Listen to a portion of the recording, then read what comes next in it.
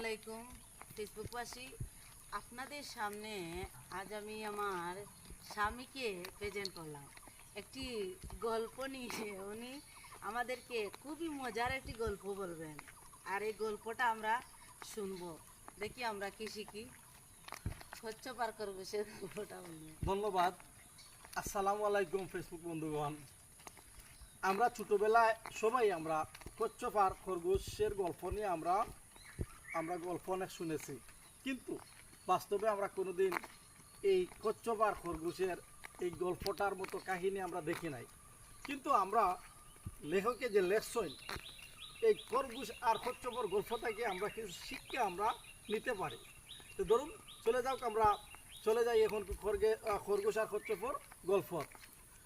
খরগোশ আর কচ্ছপ তারা দুইজনে মিলিয়া তারা এই যে প্রতিযোগিতার দাও দল্লা যে কে আগে দৌড়াইয়া গন্তব্যস্থানে পৌঁছিতে পারবে। তখন এই জায়গার দুজনে যখন একসাথে দৌড় প্রতিযোগিতায় অংশগ্রহণ করলাম, তখন ধীরে ধীরে কচ্ছপ কিন্তু আটা শুরু করলো। খরগোশ যেহেতু অনেক চালাক, খরগোশ স্পিডে দৌড়িতে পারে, দ্রুত গতিতে দৌড় দেওয়া দিছে। তখন একটা গাছের নিচে গিয়া যখন বেশ দূরে যাওয়ার পরে একটা গাছের নিচে ছায়ার মাঝে খরগোশে চিন্তা করলো যে কচ্ছপ তো ধীরে ধীরে হাঁটবো, তাইলে আমি একটু রেস্ট করে নেই।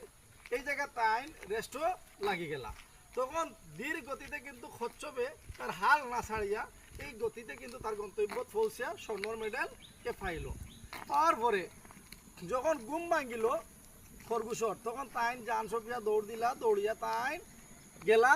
যাওয়ার পরে সব করলাম খরগোশ যখন আবার তার গন্তব্য স্থানকে তাই পৌঁছিলা, যাওয়ার পরে দেখলা যে কচ্ছপে তো স্বর্ণ মেডেল পাইলিছে। তখন এই জায়গা তৈল গিয়া যে নীতি শিক্ষাটা, এই নীতি শিক্ষা সম্পর্কে আমরা কি শিখলাম, এখান থেকে আমরা কি শিখতাম, এটা আমার স্ত্রী কাজল আপনি একটু বলতাম। এর নীতি শিক্ষাটা হলো আপনি দ্রুত চলতে পারেন, দ্রুত কাজ করতে পারেন। এটার মাঝে অহংকার রাখিয়া আপনার লাভ নেই। আপনি দ্রুত কাজ করলেও আপনি সামনের দিকে এগিয়ে যান, দ্রুত আপনি সফলতা পাবেন। আর যদি অহংকার করে বসে থাকেন তাহলে খরগোশের মতো আপনারও অবস্থা একই হাল হবে। আর দেখুন অন্যদিকে দেখুন এই কচ্ছপ সে তার পরিশ্রম মোটল করে সামনের দিকে যাওয়ার জন্য সে ঠিকই সফলতা অর্জন করতে পারল।